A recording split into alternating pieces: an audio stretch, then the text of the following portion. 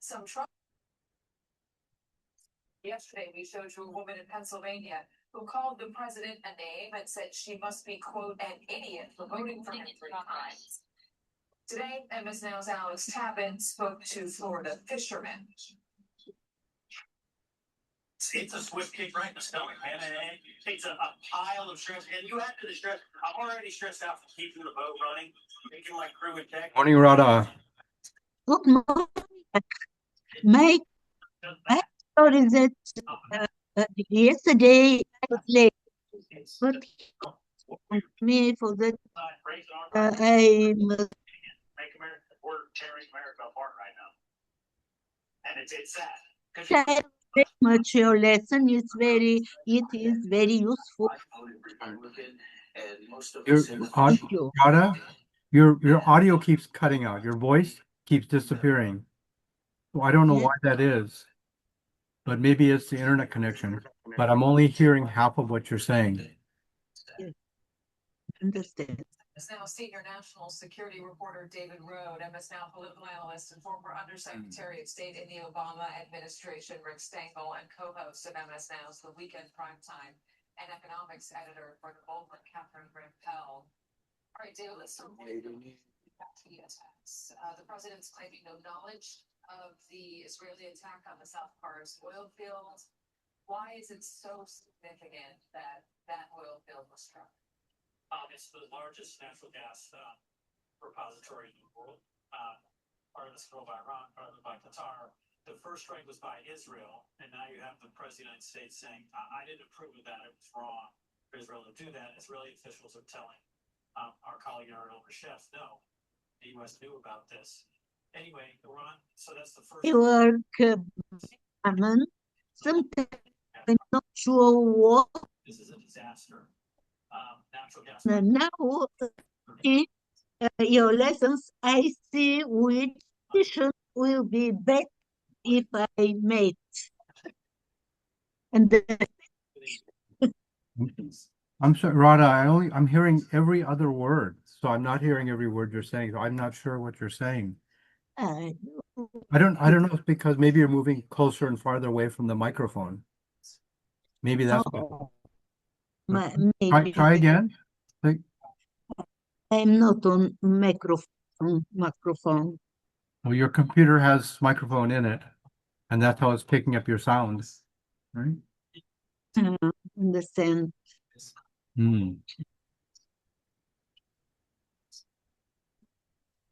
So try talking without moving farther away or closer. Try that. Try staying same distance away from the microphone and talk. Okay. Understand, Mike.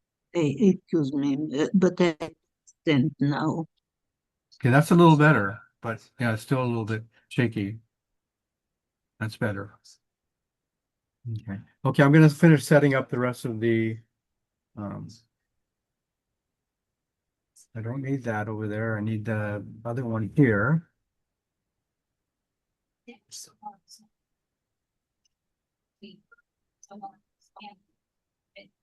On gas prices, diesel prices, any downstream products that come from oil, fertilizer as well, not just because fertilizer to be produced, but because a lot of that fertilizer is in fact produced in the Middle East and is required and goes through the Strait of Hormuz. So you have seen higher fertilizer prices as well as already prices go up because of input costs.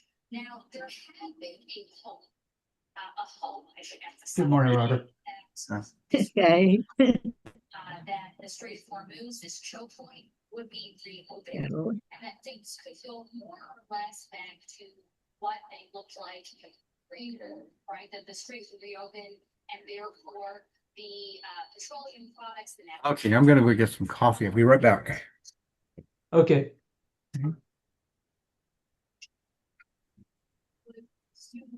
There should be what we for days that you alluded to is some kind of inflection point, because now you are seeing actual natural resources and the refineries and processing plants that are used to turn them into other goods. Get taken out. Basically, the infrastructure is getting taken out. And when the infrastructure is gone, it is gone. It does not come back immediately, and it's not like a street that can theoretically be reopened once these oil refineries are online. Eduardo. Oh, okay. What picture's on the screen? Oh, this one here. Oh, is it me? Oh, Mr. Land. Hello. Hello. You can, Are you just getting started? we are. What All time right. is it? I think it's, yeah, 9 o'clock. We can get started in just a second. Okay. So, see, it's being recorded. It's there. I've got everything set up. And Carl's got to leave early. Okay, so we're going to do a lot of stuff. We're going to go, in general, we're going to go over the match that I played against Alpha. Okay. And what I was saying yesterday is that any match you play, and even better, as soon as you finish it, you should go over it and try to find, at minimum, find your blunders. You just look at your blunders while it's still fresh in your mind, and look at your thinking. Use the mantra. Did you look at the tournament score? Right? Did you have a plan? Did you look at your opponent's game plan, your game plan? Did you consider the cube in that game right there? And like Ed says really well, right? Can I double now? Or if I don't have a double, I'm possibly going to be double. What do I need to do to improve my position a little bit? Right? And then last of all of those was roll the dice and find the best move. Right? So for those of you that watch, I think right now, Mark, did you see the seminar, the expert decision making with Frank Frigo? I saw the link, but I haven't looked at it yet. Okay. So we talked a little bit about that yesterday, but let's see. So in terms of that, one thing he talks about is improving your PR, right? Okay. I think it's coming from Alan. I keep muting it. Yeah. Sorry, Alan. I keep muting it because I think the noise is coming from you right now. So you can unmute if you're gonna, or hold the space button down or something, space bar down. Okay. Okay. So when you look at your match, you can use XG to just skip to your blunders, right? Or if you want to look at your errors and your blunders, you can look at your errors and blunders. You can change the level of your blunders. So maybe make it higher at the level you are. Instead of 0.08, make it maybe 0.1.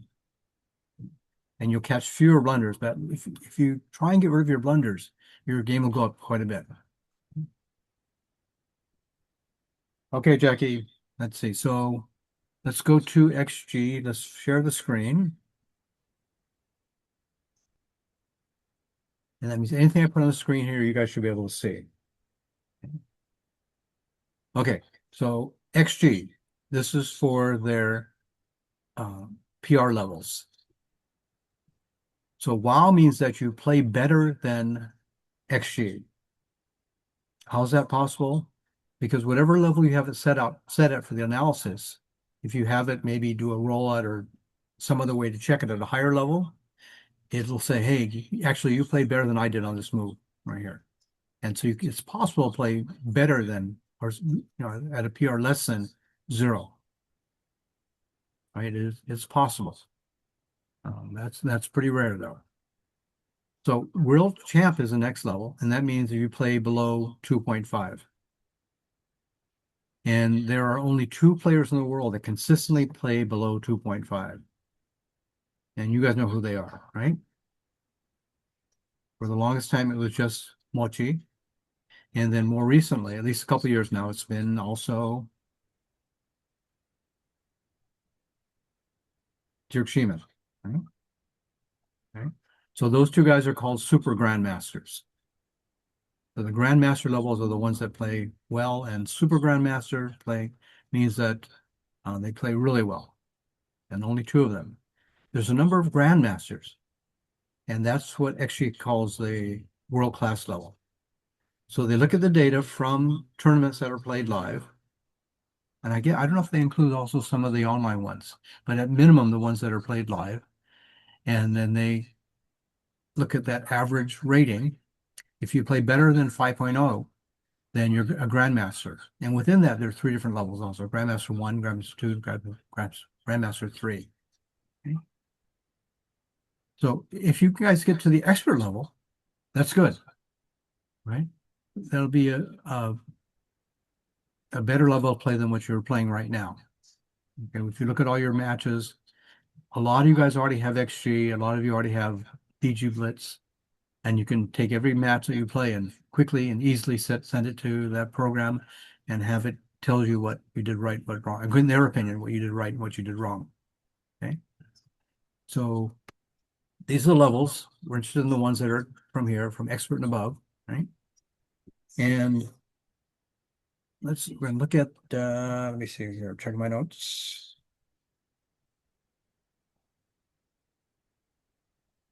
Oh, I'm sorry. Grandmaster is sub 4.0. Playing below 4.0, not 5.0. That's what a Grandmaster is. Okay. So I played a match, close this up, against Alpha. These are the match. It was a 15-point match. And this is the summary of the match. You see. Okay, there we go. So in this, I'm in this. How can we find out how many? There's some way that you can find out how many moves there were in this game. But in the moves, I made 5 errors, so all below 0.08 in terms of equity. Alpha made 12 errors, and 4 of those were blunders above 0.08. I made 2 poor decisions in terms of when I should be doubling. And one of those was a blunder. Alpha made 3 decisions on when to double, 3 mistakes on when to double, and none of those were blunders. And neither of us made a take blunder, whether we took something that's too good or we dropped something that was takeable. Right? So overall, the equity I lost, the luck I had was better. And this is the first time I've ever played at a world champ level, which is below, what, 2.5 inside a 15-point match. I've done it in a handful of 9-point matches. I've done it in a ton of 1-point matches. But for a 15-point match, this is the very first time I've done this right here. As far as I know, it's ever since I started analyzing my matches. So what you can look at is when you start throwing in your matches into XG, okay, you can create a profile. And I have a couple profiles here. So one is when I play on Daily Gammon, I'm Willy Wonka. And when I play on BG Studio Heroes, I'm Sanga. So I play my US BGF matches as Sanga on Backgammon Studio Heroes. Okay. So as you start analyzing things and you have it save your results to the profile, it'll tell you that, okay, as Sanga, over the last 100 games, so I played less than 100 games within that tournament. Overall, I've played expert, and then I got a little bit worse and played advanced for the last 5. These are the PRs: 7.21, 7.17, 6.98, and then more recently jumping up to 7.65. And that's the PRs. And then let's move over a little bit. Oh, you guys can see it because you're not on the screen. My Q play is what's bad. It's playing intermediate level. And it says on average 13.04. And I think if all you guys look at your checker play and your Q play, you might find that to be the same. That where you need to improve most is in Q play. And for lots of you, it's not recognizing you have a double, not taking the time to look at possibly having a double. Okay. So this is as Sangha. This is where I should be playing better because I'm playing stronger players. I'm playing players I don't know about oftentimes. And my strength before in the past, when I played 30 years ago, was that I understood the games of other people and I would try to exploit their weaknesses.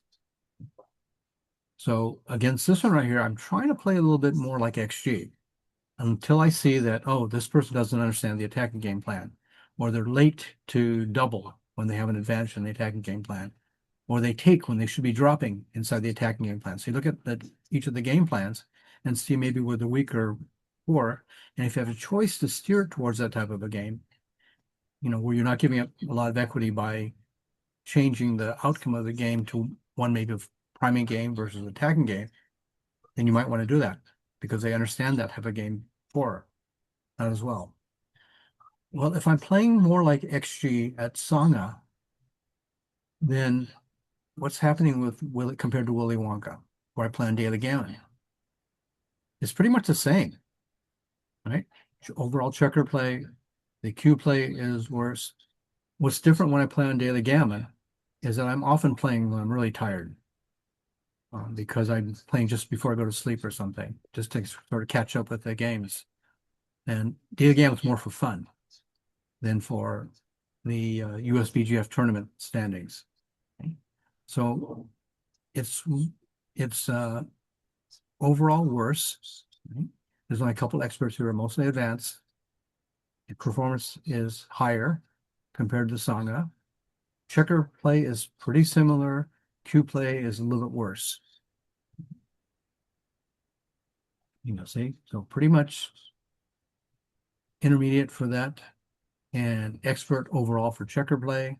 So better as Sangha when I'm playing people I don't know, which means I'm going to play more like XG, versus when I'm playing as Willy Wonka on Daily Gammon. I played a lot of these people before and I understand their games. So I might tailor my game to try and take advantage of their play, their game. So to get here to the profile, I'll go to players, see profile results. And all these different tabs here under results. So this is for the games in reverse chronological order. Okay. So I played two, the last two I played were advanced, and before that I had two that are world class and one that are world champ. That's what we're looking at right now. If you hover over a line, it'll tell you who you played against and what the match score was and what they played at, what level they played at also, right? So when I played alpha, he played well, and he played at expert level. So one thing you can look at is you want to go backwards in time, and the check marks on the right here will tell you whether you won if it's green, red if you lost, and the smiley face or frowns will tell you if you were luckier. And if you look at the cue play versus the checker play, my checker play is much better than my cue play. So in the very last game of a match, maybe when I need 1 point, I'll often play at world champ level because you don't have to worry about the cube, right? Maybe it's Crawford. You're not thinking about the cube. So you can just have to worry. You just worry about your checker play. Maybe in the very beginning of a match, I also play really well because you're playing more like XG and you are the cube play is pretty similar to money, right? There's no strange match score where somebody's way ahead, somebody's way behind that will affect your match, your cube play, right? So the last couple I didn't play very well. It says right here I played against Pau, who's in France. He's a really nice guy. I lost 15-3, right? And I could have played better. My cube play was beginner level, but I've played him probably 40 to 50 times. And so I have a pretty good idea of how he's going to play. This one I played against Backstreet. This was in the, what's that tournament we're playing in, Mark? The one against the world. Right? So Backstreet is from France. And so that's, now I'm 3-1 after this. And I'm behind in the last match. But I was planning on winning the last two even until the end, but both of them got really lucky on a large cube. Okay, so this is one thing you look at. You look at the details of all these right here, and this pie chart will tell you a bit right here, right? So these are all the moves in the yellow. And it says, look at the biggest part. Wrong doubles. Either not doubling when you should be, or doubling when you're too good. Okay, so maybe it's a double take, you miss that. Maybe it's a too good a double, but you double anyway. And I bet you this is going to be the biggest part of your pie. These are the wrong passes. These are wrong takes. On daily gammon, I tend to take more just to get the experience of playing that game, right? Because we're not playing for money. We're just playing for fun. So I'll take more doubles even when I think that it's wrong to take it. But I won't do that in the ones where we're playing team tournaments. And the red one are the, okay, wrong doubles here and missed doubles. Okay, so wrong doubles maybe doubling when you're not good enough to double and doubling when you're too good. Okay, so these two right here are really big, a big part of the pie. Level right here will tell you what PR level you played for most of your matches. So this is centered around, it's out of the way. What's that, about 5? We're on 5. So saying that most of my matches are centered around 5. And the best ones around 0 to 1 or 2. Let's do this for a 1 PR interval. Okay. It's saying most of them are here around 5 still, right? And the ones at 0 to 1, I played some there, and that's a total of 4.5%. And then some played at 1 to 2, and that's 6%. Okay, so this gives you an idea of where most of your PRs are when you play. It says what kind of dice you had and what kind of luck you had. Notice that when you're luckier up here on the right-hand side, you win more. So the green is winning, red is losing. Okay. So luck does help. But I was able to win some matches here where, okay, so this tallest one is where the luck is essentially 0. It's even luck between the two of you. But here I was a little bit less lucky than my opponent, but I still won a good number of those.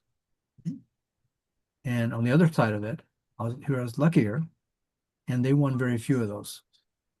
Right? So there was a discussion on Daily Gammon in one of the threads that was talking about etiquette and how people don't greet each other at the beginning of a match anymore, and how they don't. Well, they didn't bring up the good luck, but I brought the good luck, and I said, I wish my opponents good luck at the beginning of every match, and I mean it. Right? I just want their luck plus their play, their level of their play, to be less than my luck plus my level of play.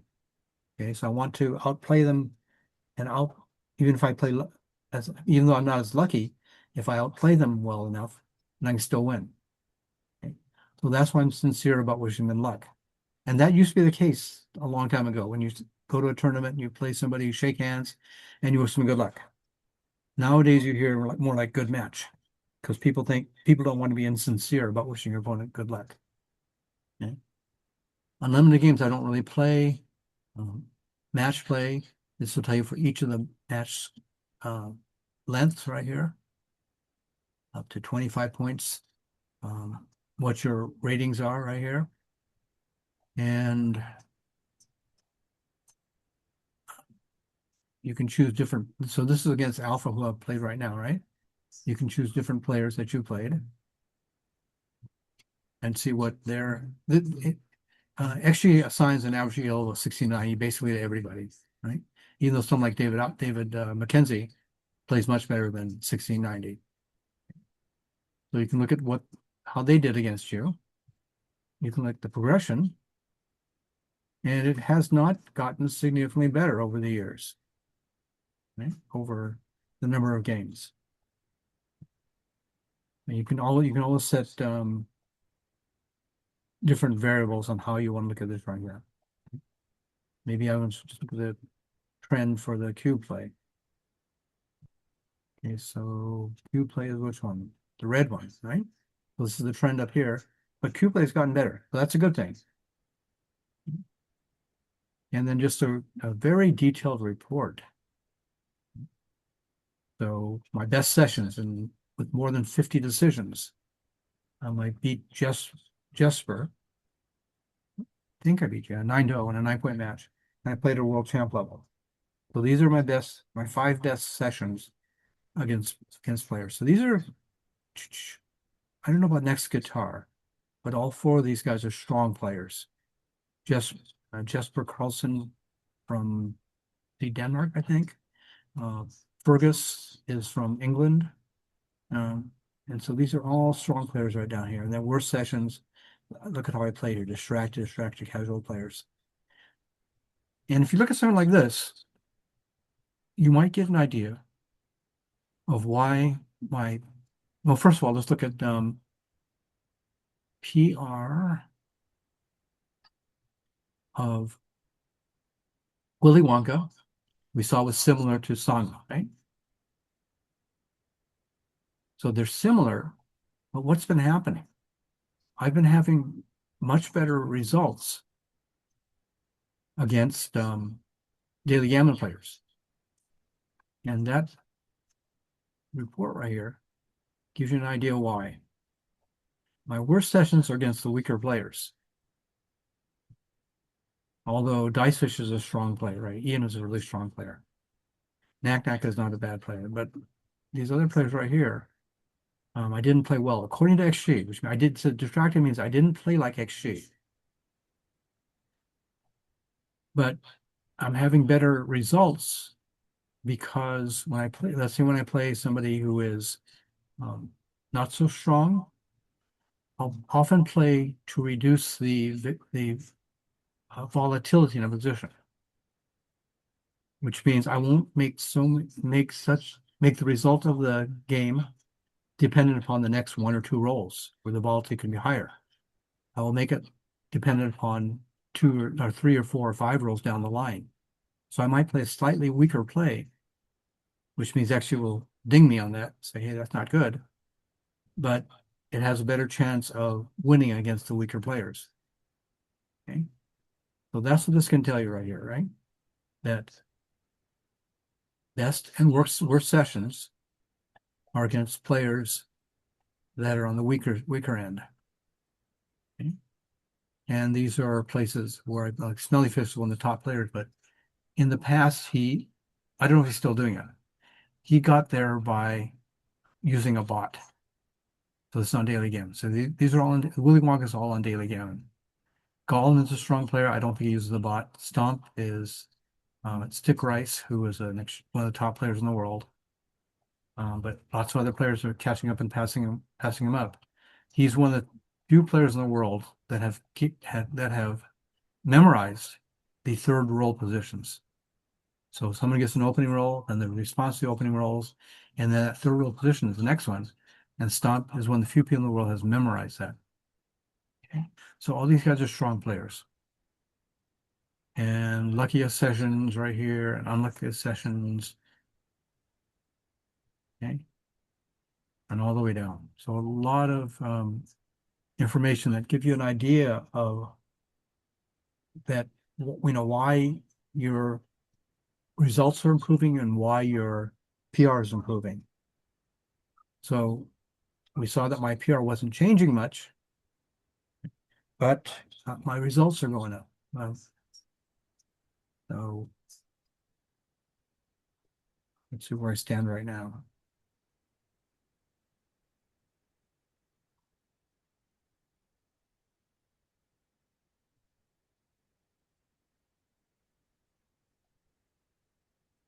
Okay. Oh, 2238. So I'm up to 13th on the rankings, 2238. I've been in the past before they started talking about it a lot. I've been to 2269. I think that was my highest ever reached. Right? But that was a few years ago when there weren't as many strong players on here. Okay. So this guy is known to cheat, Gammon 65, because what they do is they just take their matches. Okay, look at the win-loss maybe. And you can feed all these to XG or BG Blitz, analyze it, and he plays extremely similarly to XG. Okay? And the same thing was true with Smelly Fish. But I think initially he was using Jellyfish, but he's down to 31 now. Okay? And I don't know that he's still doing it. Beaver 1 suspected of using a bot, and all these other guys are legit. Okay? All strong players. Okay. Mike, when you go to that export to download matches, is there any way to get information about either when the match started or ended? No. Okay. So this guy right here, this is USA versus France. I just finished playing him, right? And here's the export. It's a text file, right? So what I do is I do right click, export in Windows. I do save link as, and this can be saved in my Daily Gammon folder, and I label it and I run it, right? So one idea that you have, you see the number right here? And that's why I keep the numbers also, right? So the higher the number, the later it was started. So Daily Gammon starts at 0, and it starts labeling or giving them numbers. And so this was match number 5,230,905. So that'll give you some idea of when the match started. Right? But it could have been a long match, started a long time ago. But that's the best indication you have. Okay. Thanks. So if you guys are doing that on a regular basis, if you are saving or sending your matches to somebody, or to BG Blitz or XG or something else like new BG, which is free, I use this right here. Okay. I think I've sent it to you guys in the past. So it just says BG user, me, 4872, number of days for review, I have 5 because I see on top of it pretty much. But if I want to know what's happened in the last 15 days, I can do that. And this tells me what's happened in the last 15 days. Okay. But for me, 5 is enough usually. Active, I'm not quite sure what active means right here. And finished means it's POW. The match is over right here, right? Because I've played with the active and it doesn't seem to give consistent results. Okay. So the active means that's 0 or 1. But maybe you guys can help tell me what it is. So I'm going to change this to active equal 1. And we see more of them now. We see a lot more.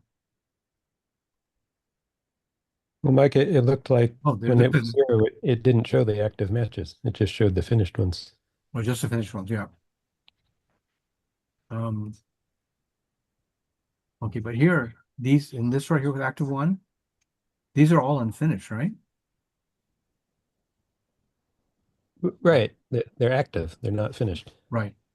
But then at the bottom, you have the finished ones. Oh, you can't see the bottom also. Okay, good. 3. Excellent. Okay. So I don't need to see that when I'm doing analyses. That's going to be 0 again. So if you guys keep this tab open, it makes it real easy. When you get a new match, I just do a refresh of the page. A new finished match, refresh to the page, and it tells me any new one that has finished, and then right click and save to that daily. I have a Daily Gammon folder, and then analyze it. Okay, and again, if you just look at your blunders, then that makes it easy to improve your game. So here, see this gear right here? I'm only interested, let's say right now, on the bottom player and the blunders in checker, play, and cube. Okay. So that's what one thing you might want to look at when you are reviewing your matches. Just look at the blunders maybe. So for this match, starting at game one, move one, I press the right arrow, the red one, which the gray ones just go from turn to turn, and the red one jumps to your blunders. Right? So that's saying that in this, what I think is the final game, final game, where I'm winning 10-1, I should have turned the cube from 2 to 4. Okay. For money, is this a cube?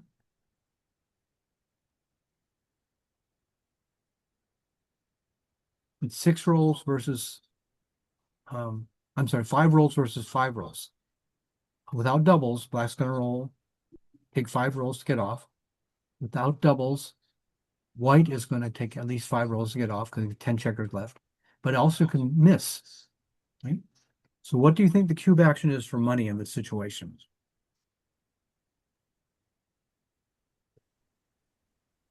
So I think for pure 5 versus 5, it's a double, but not a redouble.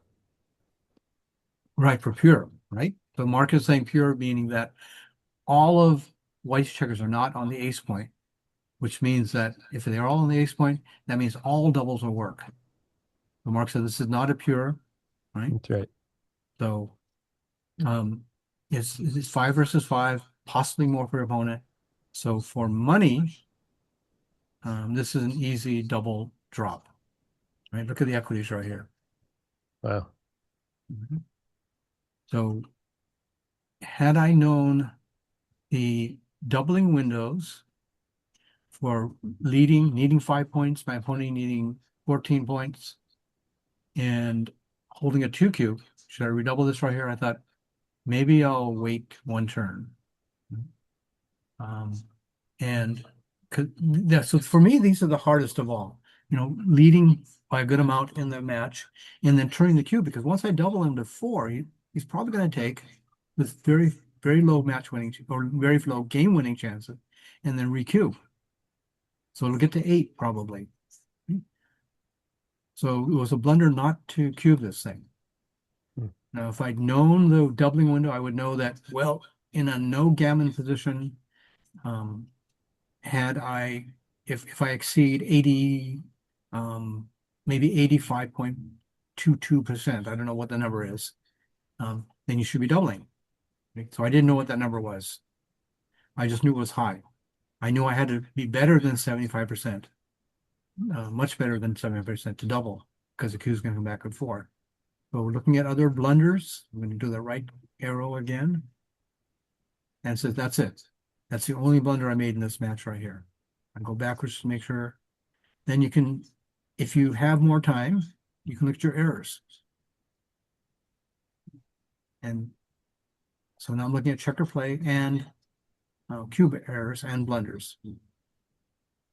So let's go back to the beginning. This is game 1, move 1, right click to find errors and blunders both for cubes and for cubes and moves. This is a very small error according to XG here, right? The threshold is 0.020. So I'm happy with this guy right here. Right? This is a no double take. What's going on here? I didn't double. It's showing me his move. Or is it showing me my move? It's showing me his move. And I didn't ask for the other player, right? Top player, no. Okay, anybody know what's going on here? Why is it showing them? Okay, I don't know. Okay. Oh, maybe did I hit the gray arrow? I probably hit the gray arrow. Let's go back to this one right here. Hit the red arrow. There we go. Okay, 4-2. It's saying I should have just made the 9 point, but again, it's a really small error, just above the threshold for an error. Okay. 5-1. It's saying I should have put a blot here, exposed my instead of just safe, instead of playing here to try and close them out, put more checkers into the attack. And instead of, I should have tried just to safety this checker right here. But not even safety it completely, but come to here. So why is it willing to put a checker or blot here on the 3? You guys remember duplication? They need 1s and 3s to enter, and they would need 3s to hit. So because the 3 is duplicated, without counting them up, there are fewer numbers that hit. So it's saying that for my flexibility, okay, let's see.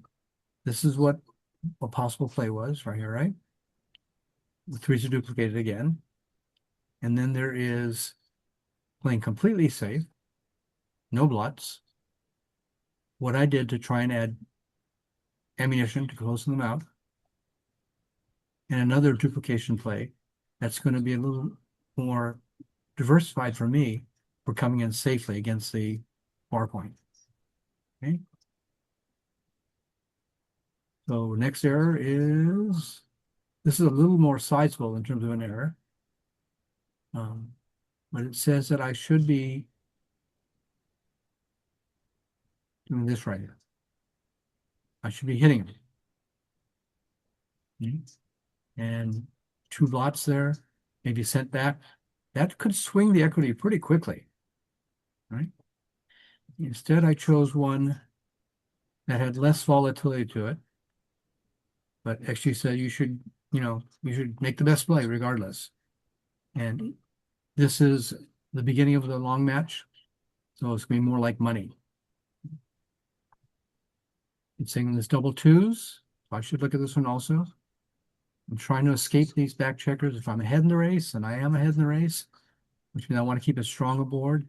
And just about anything that the 4 or 5 that escapes, I would have tried to have run, because I'm starting to crash right here, right? Contact game plan, you crash, your game winning chances go way down. So it's recommending this is the best play right here. Right? Maintaining a strong board, having 2 blots to cover it instead of pushing the gap higher up. Okay. Okay, so that's what you do. You just go through, look at your blunders, then look at your errors, really. And this is an error because redouble pass. I should have redoubled him. And wow. Okay.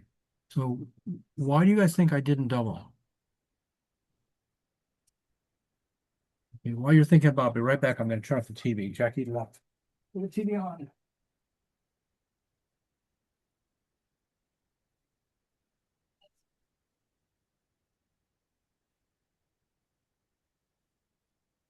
Why didn't I double? You were thinking you had gammon chances. Yep, that's what I was thinking. But they're smaller than I thought, though. Right? I mean, he's got 1 to bring in.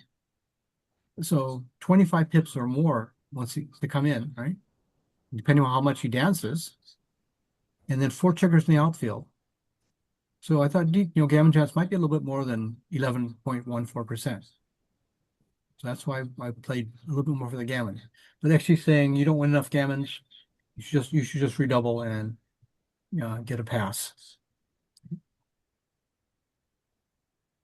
But another reason you didn't want to redouble is you're way ahead in the match and you don't want a big cube flying around. Right. So this is But I guess he's going to drop, so maybe that's not. yeah, it depends how desperate he is. But yeah, Let's see. you should Yeah. drop, right? Some players get desperate, but you can tell that at a table. You can see when somebody is starting to feel desperate, and they might take cubes like this. You can't really see it playing on daily gammon, right?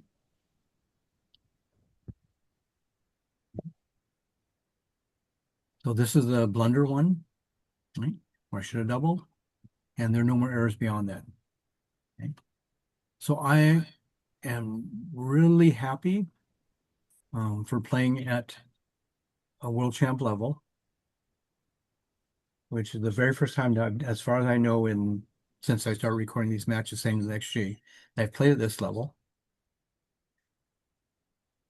And even though we look at our blunders and our errors in a match, of which there are, usually more than just a handful. Hopefully there's less than a handful for blunders. You'll learn from that. But the reason I want to look at this one here is, would I today still make the same decisions? Okay. Would I still do the same thing that I did back then? Or was I just lucky? Right? Because some of these positions right here, I had questions about, and I ended up making the right decision. But it's interesting to look at why you had questions about certain things. So that's one reason I like playing on my, well, both of them I can do now, but on my iPad or the Windows, you can take a snapshot of it and say, hey, this is, and make a note inside. So let's say you're on iPad, you can go to information and you can type in, these are the moves I was considering and why, or I was thinking about a double here, but, and so maybe you had questions about it. Maybe you ended up making the right decision. And for that reason, XG or BG Bliss did not flag it as an error. Even though I had a question about it. So that's one thing I've been doing, is taking pictures of it and then looking at them and say, hey, this wasn't flagged by XG as an error, but I was really uncertain about this. Okay. So I don't know. So I'm kind of trying to celebrate that I played well, but also would I still make the same moves? Did I just get lucky in choosing what I did? Okay. Okay, so you guys have to help me. You have to stop me when we're going too fast, okay? Because I don't want to spend forever on this right here. From my point of view, just talking, and you guys just listening. So 4-1, he opened with a standard 4-1. I don't have a cube. Beginning of a long match, need 15. I roll a 2-1. Okay. I'm not going to slot anymore. So I'm just going to do the split play. And where's the split play? Oh, there it is. Okay, split play. He already has 54% game winning chances. Right? He's rolled more pips. He's on roll now, and he has good chances to improve his position right here. He rolls a 6-5. You can either make the 3-point, which would push him into an attacking game plan as opposed to a priming game plan, or he can make an advanced anchor, which would make it hard for me to attack him and make it hard for me to build a prime against him. So especially a prime. If his anchor were in the inner board, then it would be harder for me to attack him. But this is not truly an inner board anchor. It's an anchor, but not an inner board anchor. So I can still close him out. You roll 6-3, or I roll 6-3. I can't hit this checker.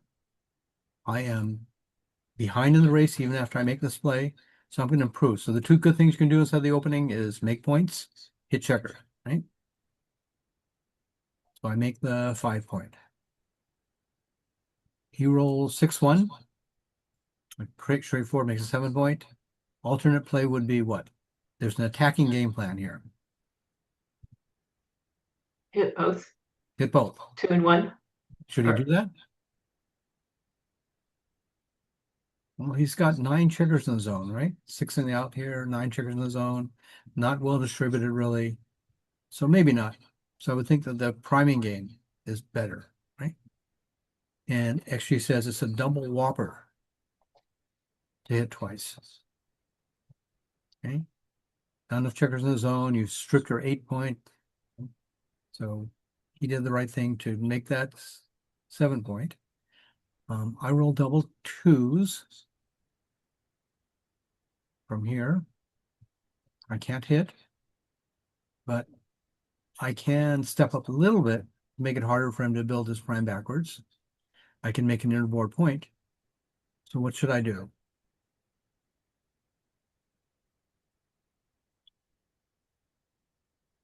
You think making the 4 points better than making the 11-point, or 11-point better than making the 4-point? Well, you can't really prime him, so making the 11-point isn't as valuable as it might be Correct. otherwise. Only way, Although it makes it harder for him to get out. exactly, this right here, right? It's hard for Yeah. me. Okay, so that's the strength of this, making the 11 point. And making the 4 point, stronger board, and exchange hits. You want a stronger board. And these checkers want to go here, right? If they had little faces on, they say, please put me on the 4 point. Right? So I want to do a little bit of this right here with the back checkers. I want to make the 4 point. I probably don't drop one to the 11 point. Okay? So, oh, I did not step up. See all these plays right here? These top plays? A little bit of stepping up, right? That's good. I would play better than I did back then. Although this is only a minor error, taking both right here. Right? Because his checkers aren't well distributed to really extend his prime. Not well done. Okay. He rolls a 6-5 from here. Okay. Now what's he going to do? Well, he doesn't have much choice but to hit, really, right? If he hits, does he point? Well, actually says you hit loose on this right here, this point right here. It's really, really close. He made the 3 point, right? Which gives him structure, but leaves me a direct 6. This way leaves me a direct 1 to hit him, but better for priming overall. Okay. I rolled a 6-4. I can hit, and I can keep it going to go safe, right? Or I could also bring 24 to 20 to try and control. So those are about probably the 2 top plays right here.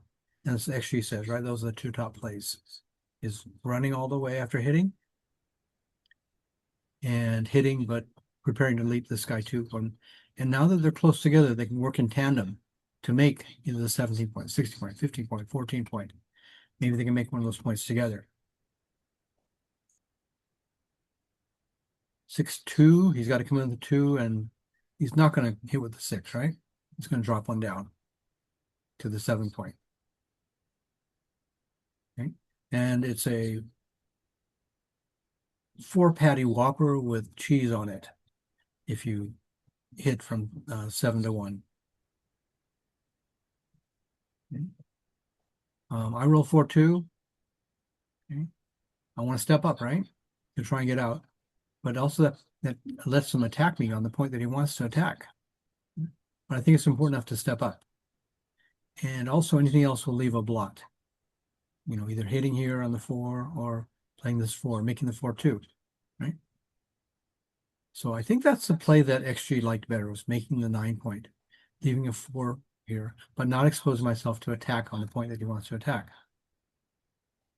Yeah, XG slightly preferred this play over stepping up. Okay, but again, if you can identify the top plays, you choose randomly amongst those top plays, your game is going to improve tremendously. When you make a play like this versus this right here, have a reason for doing it. You might find out that if you play enough like by stepping up, you're going to find out maybe it's too dangerous to step up. Right? Even though I have a stronger board than he does, maybe it's too dangerous. And maybe it's better just to make this point right here. So always have a reason for making your play. Hey, Mike, I think it's a dumb question, but if we can go back, to his previous position. This one here? Yeah, I could see myself hitting here, and it disturbs me that it's such a huge whopper. I mean, uh, he's behind in the race. He could attack here. He's yeah. Mm-hmm. Why is that such an incredibly bad move? Because what are your chances of being able to complete a successful attacking game plan? How many triggers do you have in the zone? 9. 9. How well they Yeah. distributed to make points? Well, not well. Not well, right? So that's what actually is saying, that your chances of playing successfully as an AGP are poor. That's true, but what I mean, my chances of playing it successfully as something else are also poor. I mean, it's not a good position for me. Something else, right? As a prime, not so great, Yeah. right?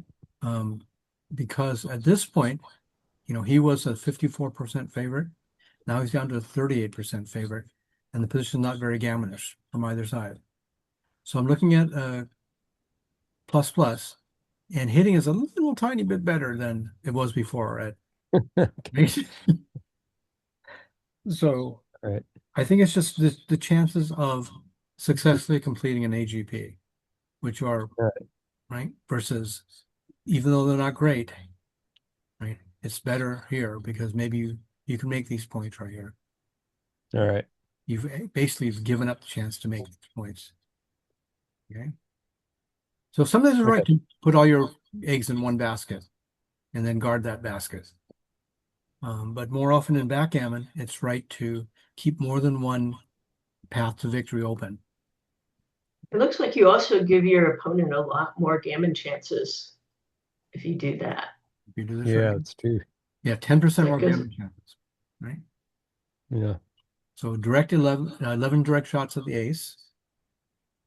And then also the indirects at the 7 point, 2-5, 5-2, 4-3, 3-4. So those are four more numbers to hit. So I see 15 numbers to hit there, right? And things that just run away are also really good. Let's see. Right? Double fives, double fours, jumping out to the outfield, not getting hit, right? All pretty good. So if we look at, I'm starting to use this more. In XG, there's a dice distribution under Analyze. So for this move right here, it says that his bad moves, bad rolls, were double sixes, double fives, double fours, plus all the combinations of fives and fours. Those were his bad numbers. It says it would much preferred small numbers, like this double aces, where you can make the 5 point, right?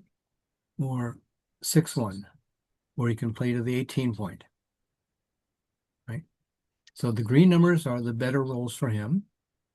The red ones are the really bad ones. So these are bad because, can I move you up here? Because he would be dancing with 4, 5s, and 6s. So those are the worst, right? And best if you had something like double aces, where you can make the 5 point, or maybe even double twos to make the 4 point. Let's see. Right? So double twos are also good. So the greens are good. The reds are bad. He rolled a 6-2 and he played it properly, right?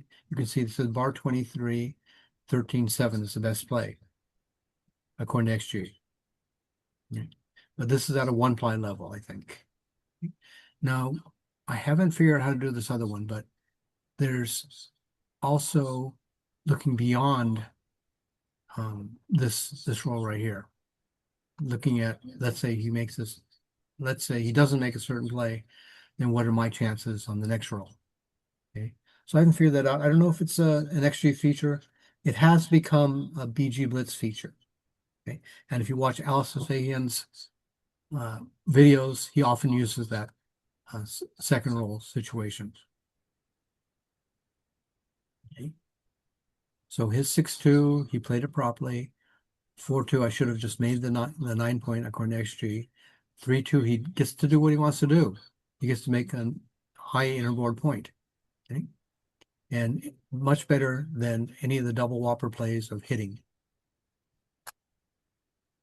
Right? Hitting, right? So better just to grab an asset like this right here. Okay?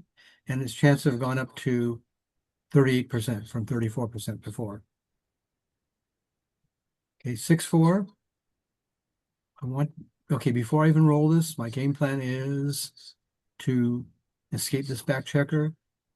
And if I'm far enough ahead in the race, I can double, because there's not a lot of contact between us. So maybe the best way to bring this thing home is to point on him with a 6-4. Right? So anything else will be a blunder. I should be pointing on him. So maybe I can just, maybe I don't even have to escape this guy fully. And if he's on the bar, I can say, okay, I'm going to double, right? So he doesn't come in. And I say, hey, I haven't escaped this guy completely. I still have to bring these guys around past his bar point anchor, excuse me. But I'm going to double. He's going to properly take. It would have been a blunder to not double this. And if he passed it, it would have been even a bigger blunder. Okay. So from here, roll 4-2.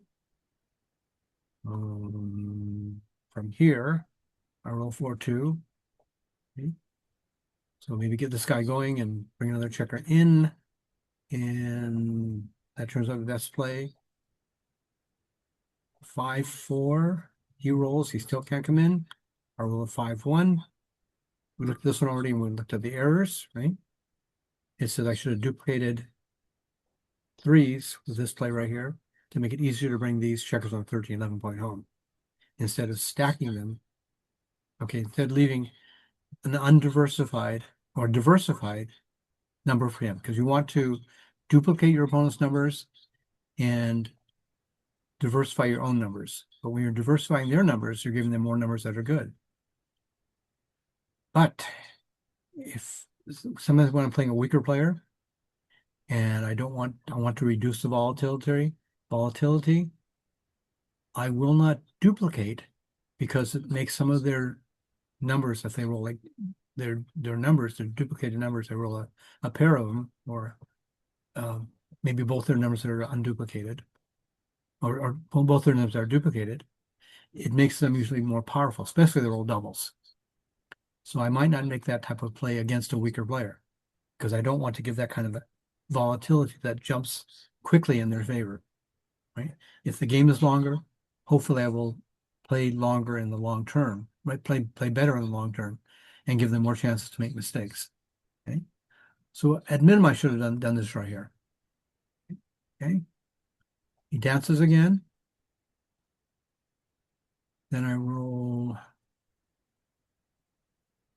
4-2 from here. I can't make a point in here. If I could, that'd be the first priority. Instead, just bring this guy around. 6-1 for him. He comes in. Does he come to the bar point here, or does he do something else to try and wait? Well, it's kind of dangerous to be here because I've got 2 builders already to attack, right? So maybe you leap out and just try and get a shot while I'm trying to clear one of these points right here. And actually agree. It says a triple whopper if you don't come out. So he's playing a contact game, but this is a better contact game for him than staying back here on the 24 point where he can be attacked. Okay, I rolled 2-1. I cannot safety this block right here. What's the best I can do? Okay. I can do something like this right here. Because you want to clear from the rear, right? You can't clear this guy right here without leaving a double shot. You can clear the next best point a bit and leave them only double aces plus all 2s, so 12 numbers, but make it easier to clear the position in the future, right? So second best, pretty close, that clears this position even further, this point even further, but leaves one more number, 13 numbers instead of 12. And then this set only leaves 11 shots, but doesn't begin to clear. But these are all 3 are pretty close at things. But this is the sort of position that actually doesn't look far enough in the future. So it might change this ranking right here if we have it roll it out, because it has a chance to look further into the future. Okay, so he rolls double aces from here. He hits me and he makes the 5 point. I'd say that's a pretty good roll. Okay. So you see the red fuming smiley face right, or frowning face right here. So that means from my point of view, that was a really good roll for him. And same thing here with the frowny face. He rolled probably his best roll. I cannot imagine a better roll for him, right? Double 2s would be pretty good, but this double 1s gives him a 5 point prime. Looking at the dice distribution, Double ones by far the best, and then double twos next best. And a lot of bad numbers, and some of these guys that, you know, are okay, but not great. So if you want to whine about dice, you look at this and say, hey, they rolled their best possible roll. But maybe you look at this, you might find out, well, oh, look at it. He had a dozen more really good rolls, right? In which case, you shouldn't be whining about it because maybe that was one roll out of a dozen that were really good for them. Right? Okay, so this changes the equities a bit. I went from being a 62% favorite, and after his play, being 29 points, about 30% favorite. So a big change in equity. Okay, so from here, at least I entered and rolled a 4. Okay, I'd like to come in on the 2-point, but I can't. But I can hit him and have a strong board. Maybe he'll dance for a while. Right? Then he rolls a 2-1. So the aces and deuces, aces are duplicated. He needs ones to come in. The twos are not duplicated because he needs ones and threes to come in. And he hits me. So he rolls one of his better rolls. Right? So double aces would have been better. 3-6 would be great also. Played bar to 6, hitting on that, hitting my blot there, right? 3-6 hitting. So you can look at all the good rolls he had if you want to cry about the dice, or even look at, well, maybe I could have played differently and given him more bad rolls, right? So that's a really good reason for looking at this dice chart right here. So with this play, I gave them so many bad rolls, but if I made another play, I gave them more bad rolls, which is what you want to do in backgammon, right? Okay, so but look at what XG is saying here. XG is saying you should think about the cube. You've got a 5 prime in front of him. Even though you're on the bar, that's a strong position to have that 5 prime. And you have some immediate shots at these checkers right here. So 1-2, double ones, 3-6, 3-2. And that's it, right? 3-1. If I count them properly, that's 9 good numbers. And so a quarter of those hit my other checker instead of second one back behind. So in terms of looking at market losers, it says that maybe after 9 of those rolls, you will be beyond your market. Maybe you will have gone to double drop situation because you're, or maybe too good even, right? Then you should double now, right? You're not going to double if you don't have any market losers. If there's no way that between your opponent's next turn, and your turn here, and then the opponent's next turn, if there's no situation that is going to give you a double drop, then you shouldn't be doubling. Right? Okay. So he should have doubled this according to XG. Okay. He's already a 70% chance or 69.5% chance to win. He gets some gammons. I get some gammons too, but not as many as him. He's got a strong position. That's probably not going to deteriorate. Okay. And let's say he does dance. All these red ones are dances, but it's not really bad. I mean, they're bad for him, but look at where his equity is. He's still the favorite, right? Never does he go to negative equity here, right? So he's always a favorite, which means if it's like 0.5, he's going to be about 75% chance to win this thing.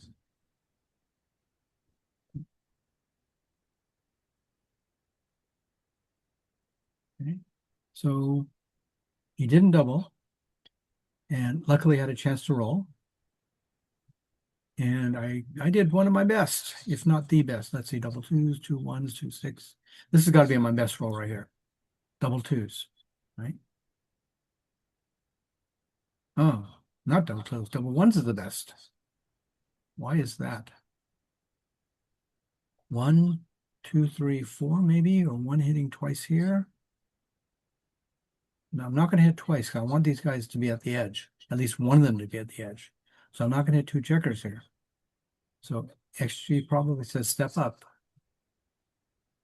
with double aces. Yeah, it says make that two anchor and then hit with one of the checkers. So it's saying that I should do with double aces, I should make this point right here, the two anchor, right at the edge of his prime, and I should hit with double aces. But I roll double twos. Good roll, played it properly. But this is pretty clear in terms of what you want to do, right? You want to be up at the edge. And I didn't have a choice about thinking about should this other checker be up at the edge too. Right? So all I had to do was think about what's happening out here. And I got to hit twice. Okay. He probably doesn't have a double anymore, right? He's got a checker up on the bar now. He's got two checkers up on the bar. And even though he got two checkers on the bar, look at what XG says his winning chances are. 47%. He wins almost half the time. And 24% of the time, they're gammons. All in the strength of his prime. Okay. So even not so bad even if he dances. Okay. So he rolls 2-1 after not doubling. And he brings a checker in, right?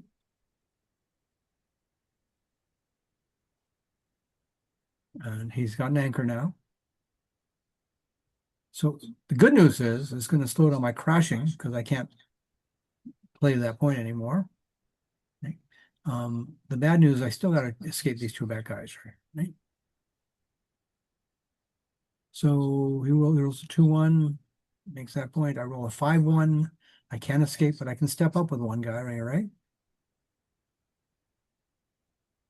And of the other ones, the fives, better not to stick it here and have a dilly builder, but rather stick it to the 5 point, right? He rolls 1-5, pretty much forced, right? We've got to slot the back end here. I don't hit. Where's his checkers?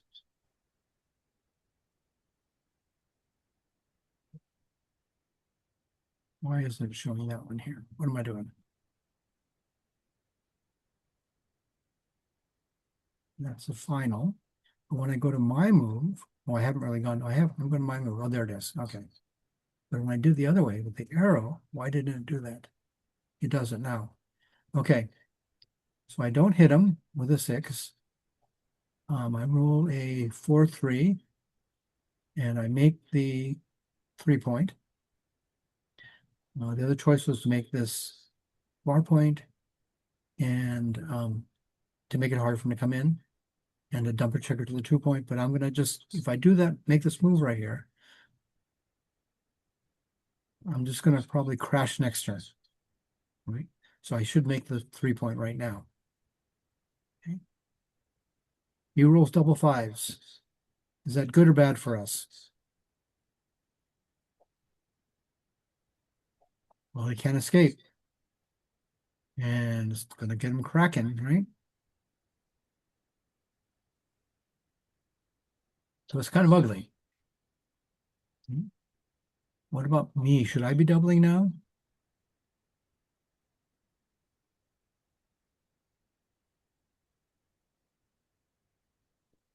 Yeah, if you had the cube, I By the would cube, double. exactly. It's right here, right? So if I had access to the cube, then yes, this is an easy double, right? But it's not the case here. The game doesn't even stop. It just rolls the dice for you, right? So I roll 6-4, which is good. I'm going to hit with the 4. Should I keep it going? Maybe try and pick up another checker, or should I leap out? All right. XG says it's slightly better to stay back, maybe pick up another checker. My gammon goes up a little bit. My winning chances go down a tiny bit. My gammon chances go up a tiny bit. And his numbers don't change too much. His numbers actually improve by making the more dangerous play, this play right here. Right? This play I made So it's basically a toss-up. But to hit is a good number. 4-3 can't move. 4-3 for me. What am I trying to do now? What's my goal? My next goal?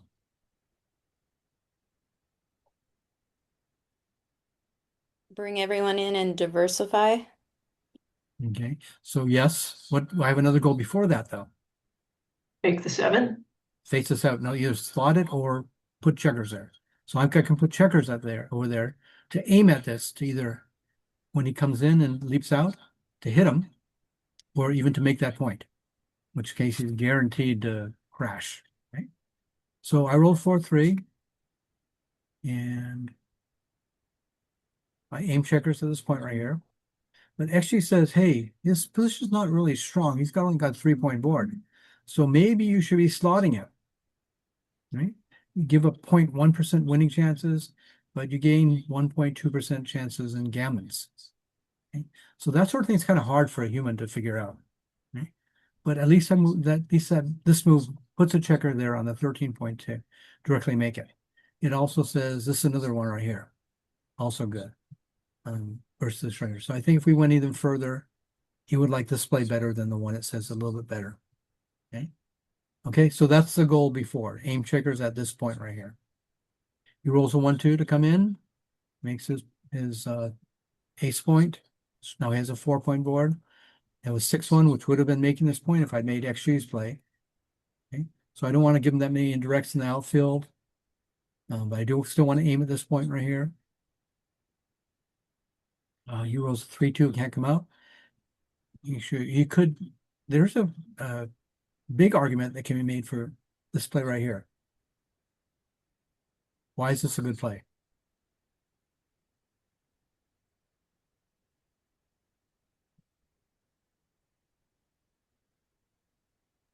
Now he doesn't have to move if he rolls 5 or 6, or if he rolls a 5. I guess. 5, right? Doesn't it? So we killed the 6s. Right? Killed the 6s. So now that slows down the crunching of his board. Okay? That's something you guys need to look at also, right? This is the play that he made. Okay? And I think XG will find if it does a longer rollout situation that let's just do a ++ instead. It says now the difference is bigger, but I think if it does a rollout, it might find that killing 5s is better than it thinks at this level. Okay, 5-1 from here, and I don't want to leave that many outfield blots, right? And there's a lot of good plays. A lot of good plays. 4-2 for him. He can't escape. He cannot make that point. So he's got to essentially gently crunch a bit more. Still a 4-point board, not much chance of making that point right there, right? The 2-point. I roll 4-1, right? I don't want to leave a lot of outfield blots. So a lot of good plays again. He rolls a 4-1, can't come out. He just does the best he can to keep a 4-point board. But once again, he could kill his 4s by making this play right here. Now he wouldn't have played 4s and 5s if he didn't leap right here. Right? So we have a 3-point board either way. No, the 3-point here, and the other way was a 4-point board, but it's likely to crash some more next turn. The home team rolls 6-5, brought 2 checkers in. 6-5, he gets out. Finally, he's finally happy to do that. But what are my gammon chances? I win about 41% gammon chances before he, after he leaps, right? 6-2 is basically forced, right? If I don't want to leave a blot. Double force for him, can't come in, but he can dump 2 checkers here to the ace point. Doesn't know really, that's a force moved. 6-5 takes 2 checkers off from here. 3-2, he can't escape, he's got to crunch some more. 3-2, clear from the rear. Okay. And anything else will leave a blot, right? That's the first consideration, don't leave a blot. Okay.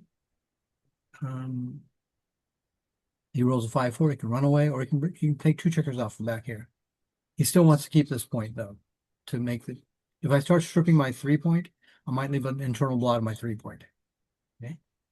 I roll 5-4, take 2 checkers off. He rolls a couple 6s. He's forced to run with 1 checker at least from here. Right? And he keeps it there. I roll 3-2. I roll 4-2. No, 3-2. I roll 3-2 and make this point right here. It's a really good roll. He rolls 4-2 and can't come in. Gammon chances now are not that high. We're only about 14% now. But my winning chances are almost 100%. 4-2, can it move again? 6-4 takes 2 off. 5-4 comes in. Trying to save the gammon. 6-3 takes 2 checkers off. 2-1 by rolling that little tiny number. My chick gammon chances have gone up to about 19%. Did he make the best play here with this 2-1? In general, you want to come into the 6-point, right? But he's going to have to bring this guy around, then maybe be over here somewhere, so he can bring 1 in and take 1 off, right? He'll have 2 crossover left, so 1 cross will use to come into the board, and 1 to take 1 off. He's going to have 2 rolls after this play, because I've got, unless I roll aces, he's going to have 2 rolls to do. So his play of 2-1 is best, right, coming in. Anything beyond the 6-point, you've wasted bits and try to save the gammon. Well, now he's only got 1 roll, because I roll double 4s, and 4-2 doesn't do it. Okay. So what do we do the first thing when we start a game? Start a new game in a match. Tournament score. We need 11 points. He needs 15 points. Right? Okay, just to reset our clocks. Last time we went 2.5 hours without taking a break. Let's do like a 2-minute break, okay? And put up your hand on your back. And if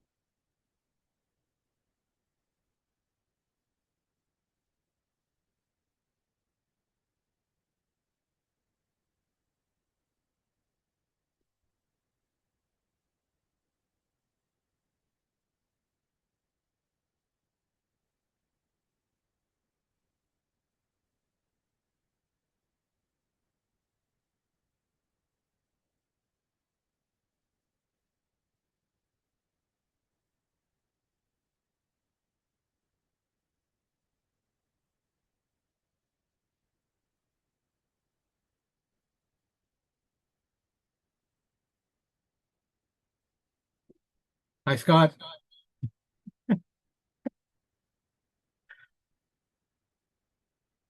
Anybody of, Let me change that name. okay, well, maybe you're hermaphrodite. We have like a Zoom call that we do together with other people. Okay, so Oh, there's Sydney alone. Mark, are you a basketball player or basketball fan? Yeah, NBA, yeah. NBA? Okay. Well, you know the NCAA March Madness tournament starting today. Yeah.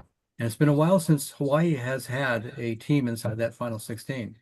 Oh, okay. Okay? And I know San Diego State's also in it, right, the final 16.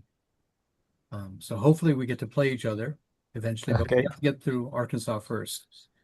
You know, in Hawaii, you guys have a bunch of teams to root for it, professional and college. We only have college. I see. Yeah, all right. We don't have the population density to be able to support a professional team here. Right? Unless you can convince people, you got to come out to Hawaii to watch these games. Right? That would work. Okay, so Kathy's here also. Everybody's here. All right. I'm going to lower my hand somehow. can I ask you a quick question? What book would you advise to read, or if you like, I really want to learn better how to determine equity or learn about equity.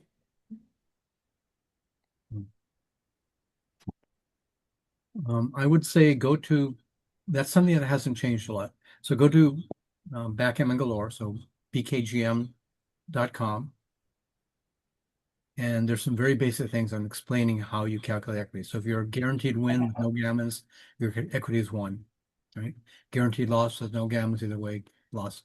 Equities are -1, right? If the cube is at 2, guaranteed win, you're going to win 2 points your equity. So basic stuff like that will be on bkgm.com. Okay, thank you. So Kathy, what do you mean in the chat to get number of moves, Windows session summary? So what is that? Oh, you were asking at one point, how many decisions you had for the match, and that's where it's located. Okay. The other thing that's kind of in that part that I use a lot, let me see if I can pull it up. If you go to Windows and session summary, it goes through game by game and kind of tells you how you did each game. Okay. Share this guy. Go to XG. So talk me through this. So the first part, Go to Windows up top, session summary. So the number of decisions is in here that you make for the whole match.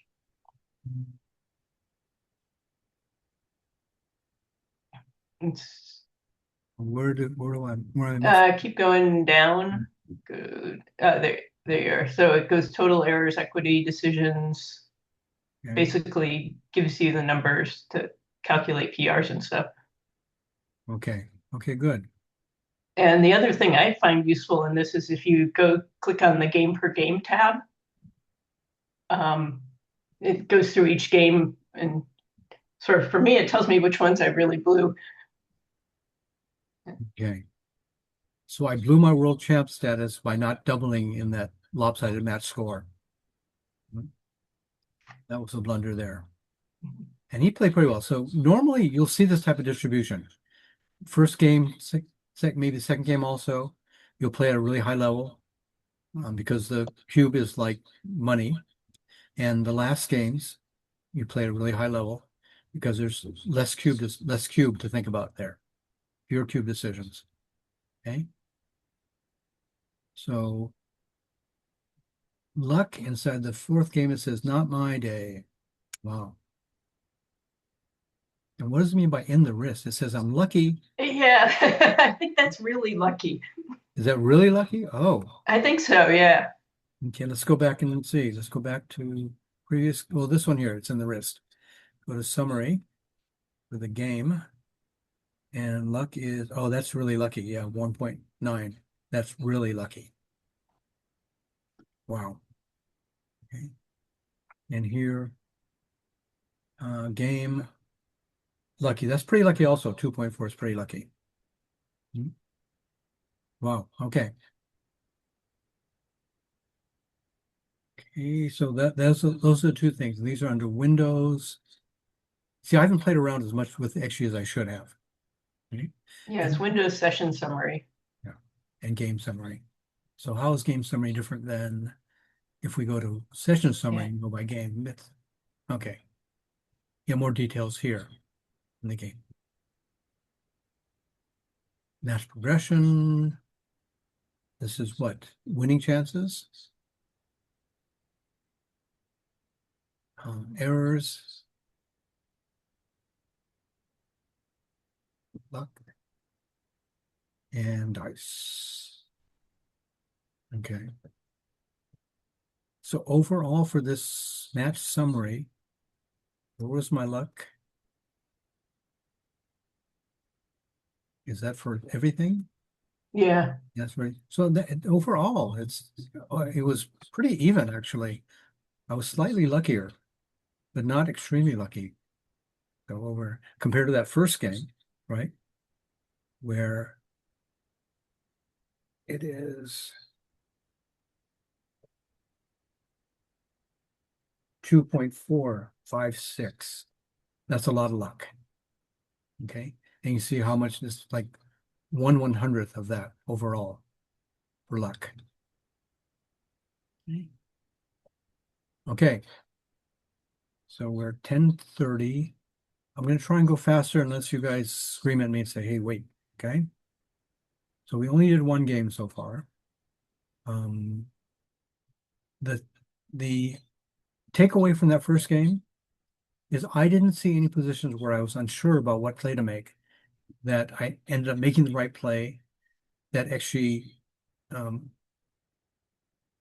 didn't flag. If I made the wrong play because I wasn't sure, actually would have flagged it. But in this case, I made the right play, and actually didn't flag it, so I would not have known if I just went through only the blunders and errors like this right here, right? That won't tell you when you had decisions like that where you were not sure of what was going on. Okay? So that's why Wilcox Snelling says he likes to go through, even, let's say you guys send him 20 matches in XG format, and he'll step through them, and he will say, he won't be just looking at your errors and your blunders. He'll say, you're thinking about this game wrong. And that's what you can tell by stepping through move by move by move, right? You're thinking about the game wrong. And so that's his way of doing it. Instead of lots of the top players will just look at just the errors and blunders. Okay. Okay. So I need 11. He needs 15. I roll 4-1. If this were an even number away, and this is daily gammon, which it is, I would slot. Because I just have a rule of if I'm even away, I'm going to slot with a 4-1 or 5-1 or 2-1. And I'm going to split with a 4-1 and 5-1 if it's odd away. 2-1, I almost always make the slot the 5-point. Okay. But where there are choices with the 4-1 and the 5-1, even away, I'll slot this on daily gammon just to get practice both ways. Okay. Just to get practice. So I did the split because I'm odd away. And if we were playing a weaker player, I definitely split right here because it's going to make a more complicated game, more moves in the game. Okay, 6-5, he's going to run. Double aces, that's really good. I get to make the 5-point. And then what else? He's got a single checker back here. So it's harder to prime a single checker because that checker can move around, right? So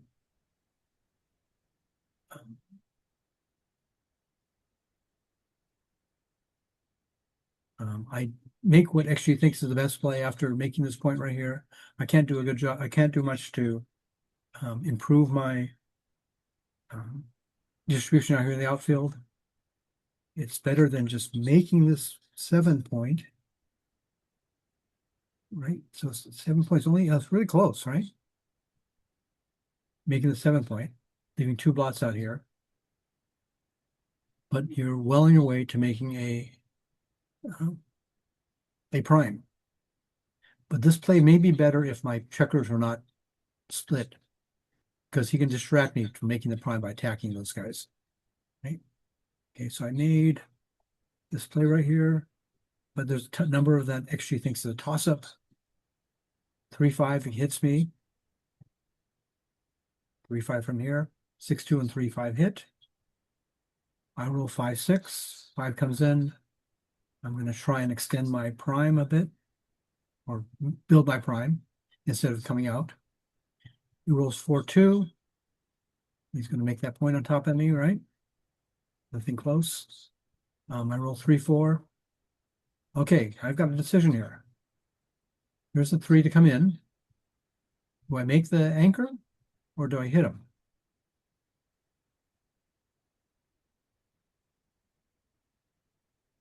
I think you want to hit because you're behind. I'm behind the race by a good amount, and I've got a slightly stronger board. We each have 2-point boards, but I've got the 5 point instead of the 4 point. Okay, so I chose to hit, and actually said, "Hey, it's a double whopper to not hit." Okay, you roll 2-1. He cannot hit me here on the outfield, my outfield, but he can hit here. Right? He knows he wants to fight for a strong point because he's a good player. Okay? So be a whopper, not do anything else but to hit. 6-2, 2 to come in. I can't hit the blot here, but I can extend the prime, even at the sake of giving up my midpoint, or I could step out. Right? So I want to, Or you could hit. or I could hit, yes. So that's important to see all the plays, right? Don't throw something out the bathwater. So what's the argument for hitting? I mean, it's a volatile situation, and you make it hard for him. He has to come in. He might not cover that blot. That blot right there, right? So yeah, that's very worthy of consideration right here. Of all the 6s, look at all of them, right? So after the force 2, come out to the 18 point. Now I'll give him too many hits and covers. Come out to the 16 point. Well, he leaves all these blots for him to aim at. Make the prime for 4 prime. Yeah, well, it gives up the 13 point. Hit takes away half. So at least whittle it down to two plays, and think, or at least 3 plays maybe, and say, hey, which one would I want to do? Okay. So the gameplay is this right here, which is the best play, 3-1. He can make, but how does he make? Does he make directly here? Does he make the 8 point? Does he hit here and make the 5 point? Okay. So XG says, hey, this is better, much better, right? Is to hit on the 12 point and make this much better than what he did of 13-6. So he made the point. That's the important thing. But he could have done even better than that. Okay? By a good amount, 2.5 whoppers. He made this play right here. I rolled double 4s. And should I have thought about a cube before this? I've got 3 checkers back. He's got 1 checker back, so I don't think so, right? So double 4s. That's a good roll, a really good roll.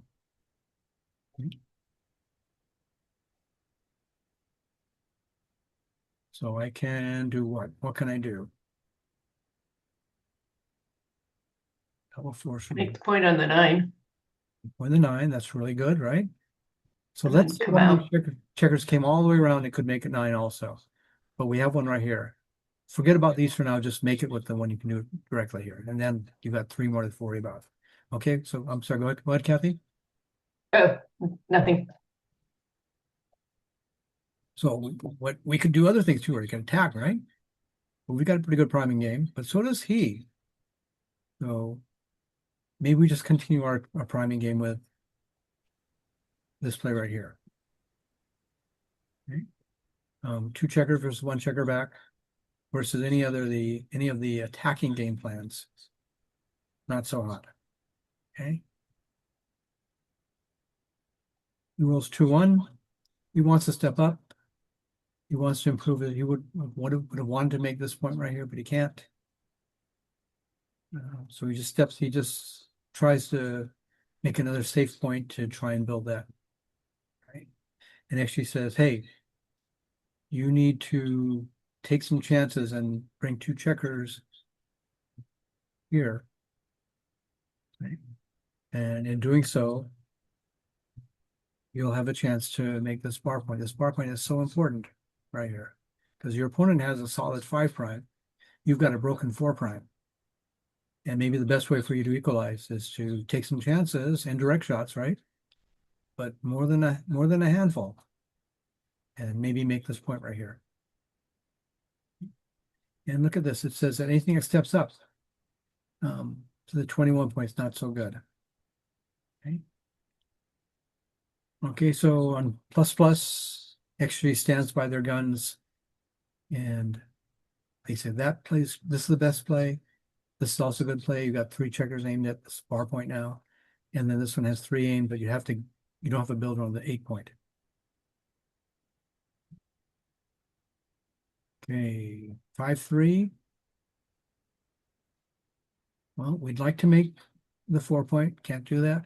We'd like to escape cleanly with 1 checker. We can't do that. We can come up part way and put the checker right where they want to attack you. That's the point they want to make. So I think of all these, I think the best thing I saw was making the 3 point. Does anybody see anything better than that? Hitting loose? No. Okay. So he actually says by far the best play is making the 3 point. He's not going to double. He rolls a 5-3. That's 5-1. Okay.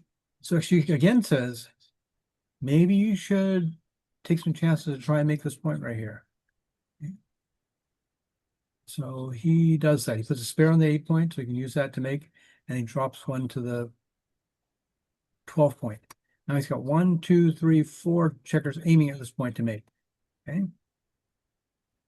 Good play, alpha.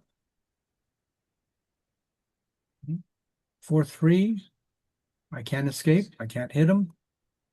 But I can make it harder for him to make this point. I can take away half of his roll. Okay. So the choice is either just to bring a checker into the 3 point from the 10 point and not do anything active, or hit him like I did. Okay. I hit him, and it makes it harder for him to make the bar point. Okay. He has a better board than me, both 3 point boards, but his is a stronger, solid one. And second best play is give myself builders for making the 4 point. 4-3 for him. He can't make it. He'd like to do that. He's got to use half of it to come in. He comes up with a 4 and he plays a 3. Where? Here, here. This would make sense too. 12-9. 9-5 actually takes away a builder for that point. Let's see what XG says here. Yeah, she says 12-9 is better, right? It looks like this because he still has 4 builders to make that point with a little tiny bit more risk of being hit. Whereas this way right here, now he doesn't, this isn't a builder anymore. So he has 3 builders aiming at this point. Okay. So this would have been slightly better. Okay, I roll 6-1. Okay. I probably want to attack. Right. And how do I clean up the blots or prepare to make points? I mean, it's probably too dangerous to come out. Even 23-16 is probably a little too dangerous with 2 blots here for him to shoot at. So you got to do something about these blots. Maybe come out partially with a 6 here and then make that 5 prime again. Now it seems better to attack him. And actually says slight mistake here is I should keep 2 points blotted here. If he doesn't hit me, I've got 3s, 4s, and 5s to make this point. I've got 4s and 6s to get out with these guys here. So it says, hey, you gotta take the risk of leaving it blotted because you're running out of options. Versus what I did, picking it up. That means this point's going to be open for a while. So that's the choice I made, keeping it open for a while. Okay, he doesn't double. And he is a 60% chance to win this thing. Rolls a 5-1 coming in. And he does the right thing. He says, I need to make this point right here. So he drops a checker. Here, so now it's 1, 2, 3, 4 again to make this. Versus anything else that takes away builders. Okay, can I double? Well, he rolled 4-1. Where is that? Initial, my move. Here we go. Okay, so no double. 2-1. Well, I got to do something on my side and I got to do something on the other side. Whoa, what do I do? Maybe just build my board, right? This is more an attacking game plan. And actually says anything else is a blunder. Right? Keep attacking. He rolls double sixes, can't come in. So that made things juicy for me because he's got these 2 blots out here now. Okay. So maybe I should be doubling. Well, XG says I only have a 51% chance to win this game, even though 29% of them are going to be gammons. So it says, hey, this is not quite enough yet. I didn't double. Or did I?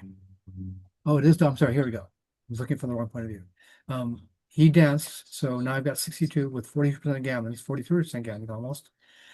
So good double. Good take. Right? Did he take this thing? Yes, he took this thing. So I rolled a 6-3. Running comes out only part way. I can't make the point. So come out maybe and bring a checker into the 6 point, which is what I did. Anything else is big. Double threes, he dances, 6-5. I can make this point now. But wouldn't you rather pick up another checker? Put two in the bar? So hit a checker and bring a checker out to this point right here. Right, to get him up, get into safety. He's not going to double 2 on the bar, but my gammon chance has gone way up.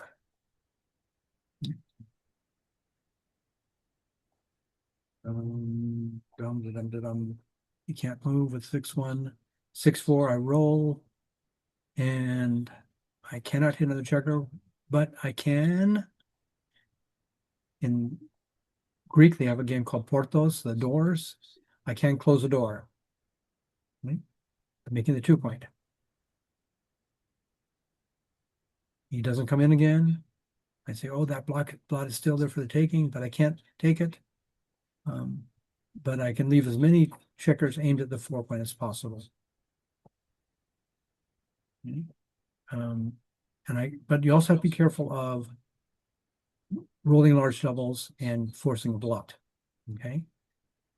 He rolls 4-2, brings 1 checker in. 7-5, 42. I cannot cleanly hit him, but I can bring 2 checkers in, prepare to bear off, have 2 checkers aiming at the 4 point. He rolls 2-1, he can't come in. I roll 2-1, I can point on him and reduce my chance of being hit by a tremendous amount. Okay. Or I can pick and pass. Let's see. 2-1, 3-2. Oh, 3-2. I'm sorry. I rolled 3-2. I can't point on him. But I can pick and pass. And shot equity probably doesn't change that much, but gammon equity changes a bit. Gives me 12% more gammons than anything else. He brings the checker in 4-3. I roll double sixes. That's forced play. He rolls 5-4. And his goal now is to save the backgammon and save the gammon. Okay. Okay. So why did he do this? He give up or something? This is the play that he made. Okay. Maybe he says, if I get a shot, I want to be able to make a 5 prime.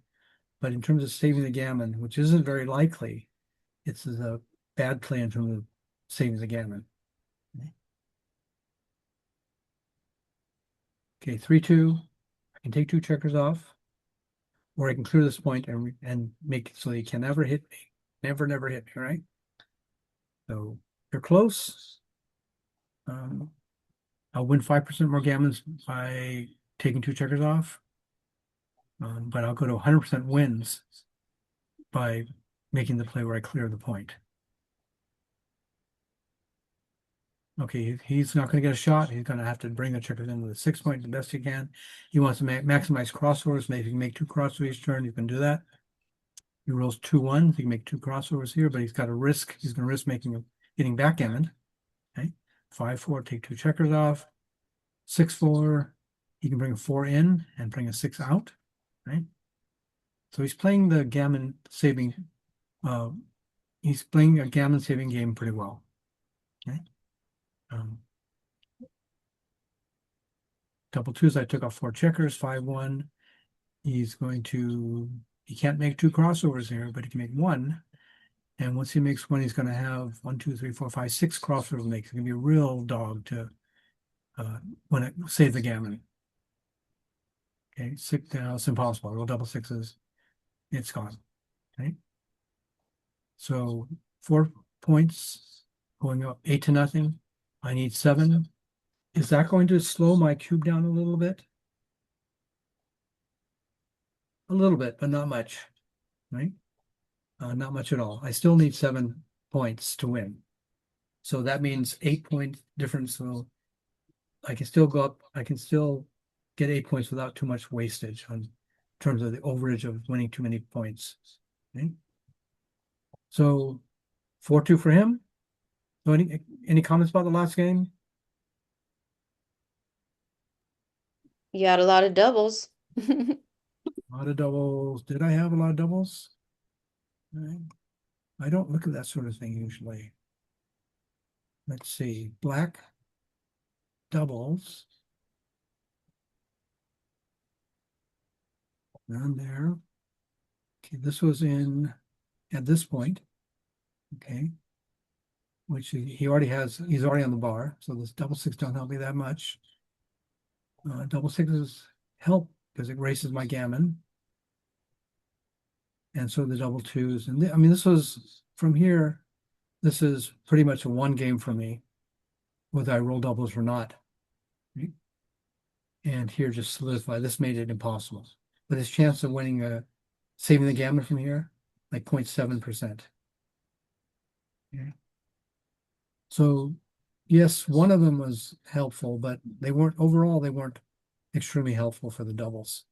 Right?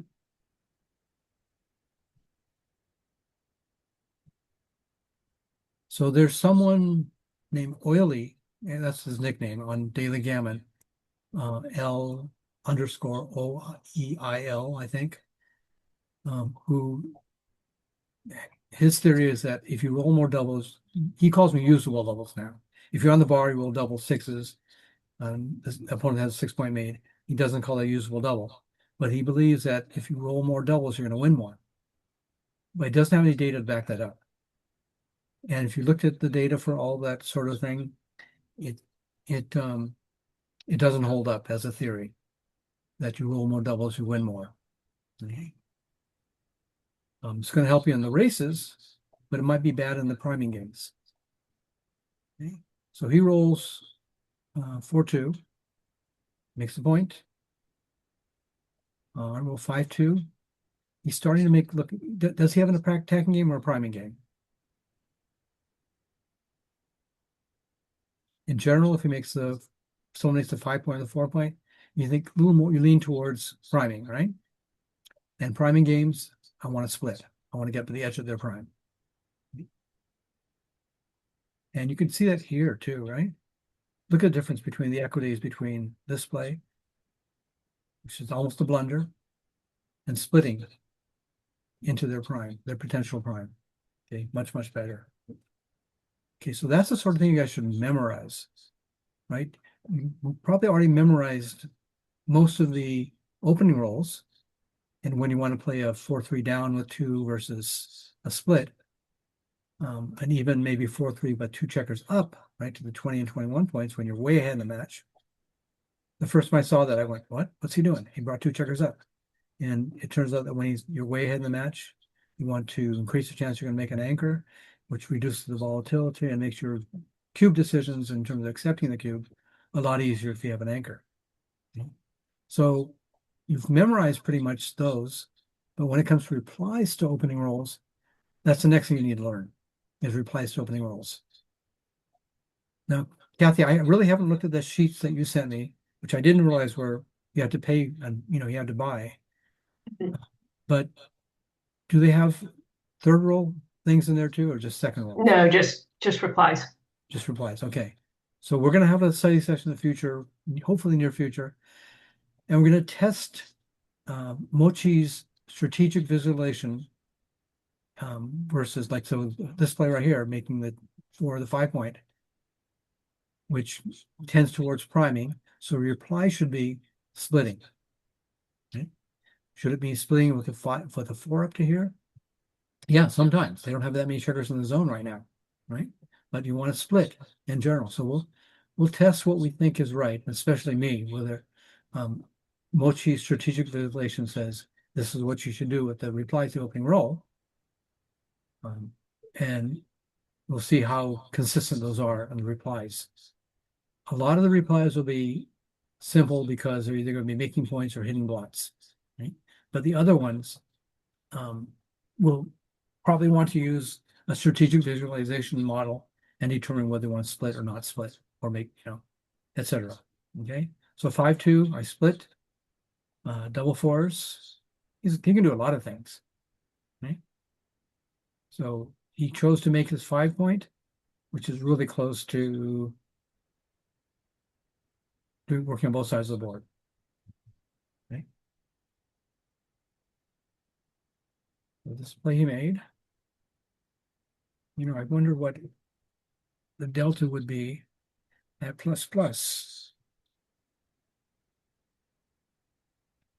Right now it's 0.018, and now it's 0.010. So XG thinks that ++ is closer to make the play that he made.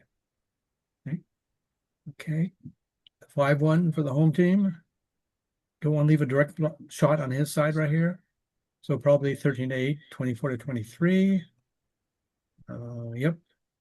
That's what I did. And look at what it says, -1.0. That means, hey, maybe he should be doubling next turn after I make this play. He's got oh boy. Cindy, what's this thing called right here with 3 checkers or 3 points made? A good rack. Correct. Yep. It's not just a rack, it's a good one, right? So you've got a good one. I've got nothing, as Augie would say. You got nothing, right? So I've got the original points. I got stacks on these original points right here. So I unstacked this one a bit, but I now it's on the 8 point. So not such a good position. So that's enough for a double according to XG. And not only good enough for a double, but good enough for a double and a pass. So had he doubled me 6 months ago, I would have taken this thing. But I have learned the strength of the rack now. How much more gammonish it makes positions. And here he not only has a rack, I've got nothing on my side. Okay. Oh, by the way, from the match I told you that Augie and I played till 1 o'clock in the morning at the club. Did anyone go last night? Yeah, Ed and I went. And did you guys make it to the finals and win? Nope. We bailed out pretty early. Okay. I drew Brian Tenaway in round 1 and prevailed 8-3. Yay! But it was probably 7-3, right?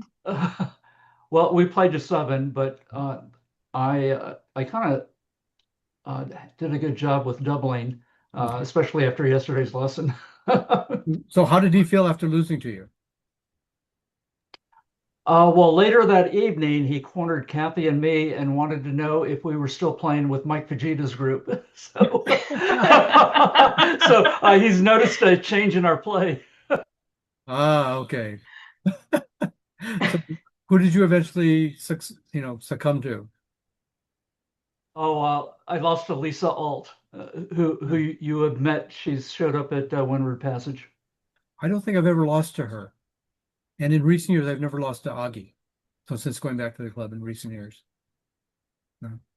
But yeah, Brian's a tough customer there. And Well, what about you? I'm happy to say that I've only played him twice. I've yet to lose to him. But Whoa! luck has gone my way. So having said that, I'll get slaughtered the next time I play him. Thanks, Mark. Bye. Um, no, just keep sticking around here. You'll keep getting better and better. Because I've seen a difference in play in just the before this semester and after this semester right here, right? Yeah. I've seen a difference. Okay.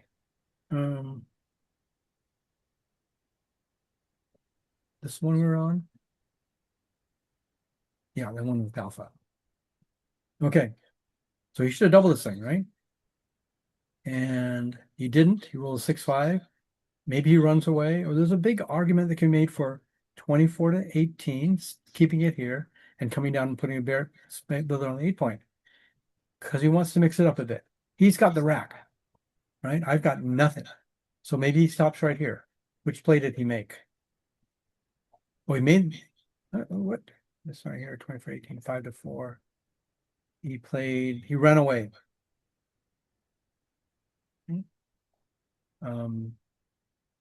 But XG thinks that this is really good. Attacking. Right? Breaking your 8-point and attacking. Because while I'm on the backs, while I'm on the heels right there, just keep knocking me back. And it even says the play we just talked about right here is good, right? Because you want to mix it up while you have a stronger position.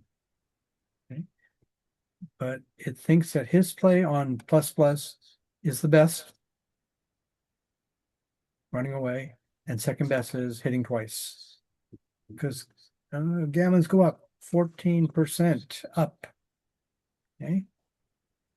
Okay. Would that be the best play if he wasn't so far behind? I mean, it seems like he really needs gammons right now. On this, well, it's not. If it were maybe 11, I mean, he still can get. I still need 7 pip points to win, right? So it is more important for him to win more points quickly, but not to the point of giving up your long-term chances by hitting twice. Let's see what happens to you. You lose 4% more games by hitting twice, right? Even though your gammons go way up, that in the long term you lose 4% more games. So if you do both, if you could not lose so many games and have your gammon chances go up, then yes, hit twice. This right here, right? Right. So the match score comes in play a tiny bit, but not that much. Okay. Okay. So, oh, wait a minute. So, Kathy, what happened last night with you? I played Brett and he won. Who is Brett? He's a new guy who's been showing up. He's pretty good. And he got some lucky rolls too, but he played really well. Okay. And so this is single elimination last night? Yeah, they did single elimination to 7 points. Okay. All right. Okay, so 5-4 for me. That's a good roll. I can make the bar point right there, right? 3-2 for him. And lots of things he can do. He should just probably bring another checker in. Without step, he chose to step up a little bit to cover the outfield better, right? But that's a blunder. He does want to cover the outfield better, but he also wants to cover the infield by staying back like this. Okay, so a better play would have been even exposing a block, but just distributing right here. So there's a lot of better plays other than stepping up and losing coverage of my inner board. He doesn't want to give me the option of dumping checkers behind him. Okay, I roll 6-5, and now I can do that. I can dump checkers behind him. Otherwise, this would have been a blot leaving a number if he stayed back. Okay, so I can play 13-2, or I can play 2 checkers back behind. I think it's close, but maybe now I would play 2 checkers back to the 2 point and the 1 point. Oh, it's really close here also, like a toss-up between the two. Okay, now he says, hey, I'm going to double you. But what makes this a double? Not a lot. Now I've got an anchor right here. Right? I can't be blitzed anymore. So this is no double. You've got 6% low gammon chances. So he shouldn't be doubling this right here. He rolls a 6-2 and runs. Does he really want to run, or does he want to keep the checker back? He wants to keep the checker back. He should just play a checker to the 5 point. 6-1 for me. Okay, he's made it easy for me to bring my checkers here until I can clear the back point right here. Even though I'm behind by 13 points before the roll. So I roll 6-5. I'm going to try and prove my position right here. 5-4. He can make the 9 point to come home safely. That's what he's trying to do. He's defending against a contact game plan. I'm playing a contact game plan because I'm behind, but my racing chances are not so bad. Right? 2-1 for me. There's a lot of good plays, but basically you want to make a point and you want to make crossovers, right? Double 2s for him. He should clear that 13 point, which he does, right? And he doesn't do it the best way though. Okay, what he does is this right here. Okay? And you want to strip the point before you clear it. He's not stripping this point right here, which you could do. So this for your strips that point. So next turn you can roll a number that clears this point. Okay. Actually only says it's a small difference right here, right? But again, if you let it roll it out, it'll know that it's a bigger difference than just a little guy. Okay. Okay, 5-2 for me. I want to probably hit a point and slot or something right here, right? Well, I think today I would make this play today, right? Which is that right there. Oh, okay. Oh, hold on. This in this position, 5-2 from here. So I might double slot, just single slot right here. So there's a lot of really close plays. He rolls a 5-1. Okay. He's going to try and strip this 11 point. Good.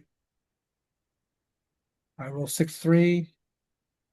I can make the 4 point, or I can just play checkers all around to distribute to make these points easier in the future without making a point right now. They're all really close. He rolls 5-1. He can't clear his 11 point. But he can play inside, keeping these 2 points as stepping stones. Okay. So where do they stand on this right here? So all his top plays play inside. Okay. Oh, this one that says is not so bad. If you're going to clear a point, clear the 9 point. Okay. All the other clearing points will leave a blot. Okay. But the best thing is to just play inside, keeping the 9 point as a stepping stone. Okay. This breaks the 5 point, but now 6 you're going to be able to remake. Right? I roll double 6s, which changes the race a bit, right?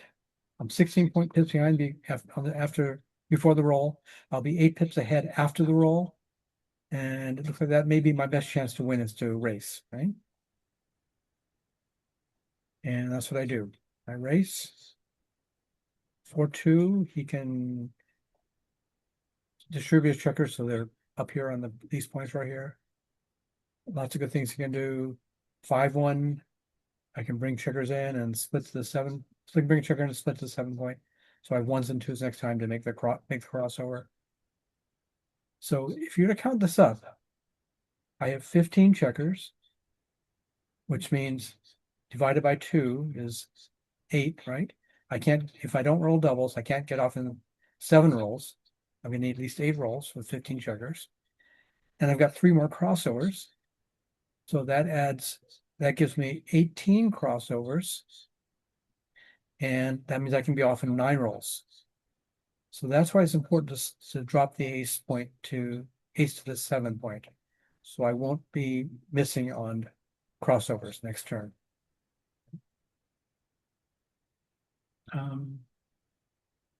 So 5, 1, 6, 4, he rolls from here.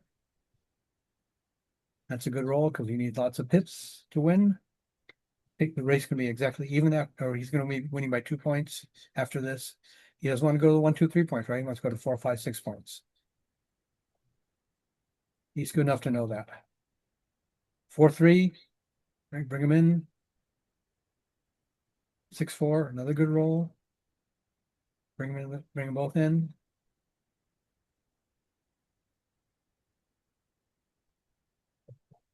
Double 4s, very good roll. And I'm stripping the 4 point now, right? So at this point, after you rolled a 6, 4, it's I have 48.6%. After this, I go to 67. This is a very impactful double 4. That's really good. Plus, I own the cube. I don't have to bear them all up. I just need to get good enough to be able to send the cube back. Okay, I'm just going to finish this game and we'll call it quits.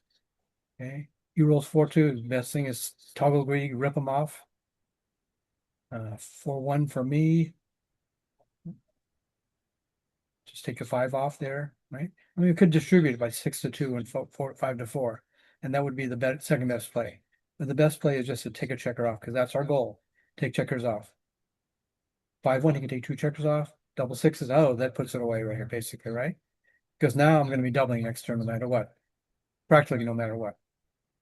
So you don't want to miss this cube, right? You want to, because you're going to give him, if you play on, you're going to give him a chance to roll and get back in the game. But doubling him out means that's it. You win the game. Okay. One new one. I think that was a mark one. Okay. All right. So stopping the share. And so summary for this game right here was world champ for me, expert for him. He made 1 checker player, and that was a blunder, and neither of us made doubling errors. All of our doubles were accurate. Doubles and takes. Okay. Okay. It's after 11 o'clock. Comments, questions? You guys are still with Mike. I just wanted to say I find these sessions really helpful. So thank you very much, Mike. You're welcome. I do too, actually. This morning I spent about 3 hours working on this right here. Right? I had questions about like what are XG's levels, right? Below 2.5 is world class, world champion, world class. I forget. Well, we go to XG and find out. But what was I knew that below either 2.5 or 2.0 was world champion. So I think below 2.0 is world champion, below 2.5 is world class. I think, I'm not sure. Right. So I was curious about that. I didn't know exactly what those numbers were. I still don't know which players play at grandmaster level. I know that Mochi and Merck play single grandmaster, right? And I don't know who plays at grandmaster. We know that some players like Frank Frigo will play at grandmaster level. We know from that players like Petco, who plays a strong game, does not play at the higher grandmaster level because he plays his opponent. Okay? I don't know. I'm getting reverb here from me. Okay. Let's see. And so I don't know what Grandmaster 1, Grandmaster 2, and Grandmaster 3 are in terms of those levels. But since they're all governed by the MABC or something, I think is what it's called, where they put all the data into a database, and they analyze the matches, and they see what people are playing at levels. And you have to play a certain number of points before, a certain number of matches before Like if you only have one match and you're world champion level, that's not enough to give you world champion status, right? You have to have enough history. Okay. So I had to also explore things like in the help profile and what all those other tabs meant. Okay. And by looking at this thing, I found out my PR has not improved according to XG. It's the same. But then I looked at the more data in there, but my results have changed quite a bit. My results have gotten pretty good. And so it looks like it's because I'm playing the weaker players even better. And I'm playing the top. So if I play somebody brand new and he has a 2300 rating on Daily Gammon, then I'll try and play just like XG was playing. Because I don't know anything about him, right? So, but if it's somebody I know and they're not as good as me on XG, then I will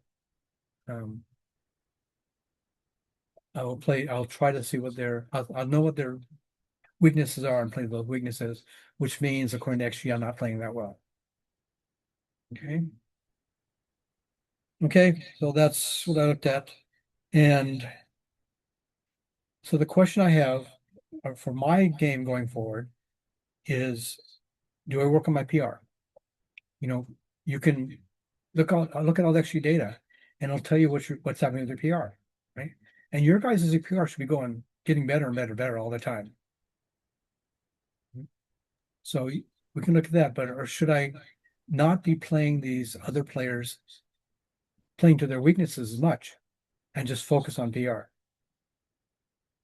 I don't think that's right, but I should be improving my PR against the strong players at least, right? And it hasn't happened in a while. Okay. Does So the PR matter when you play in tournaments?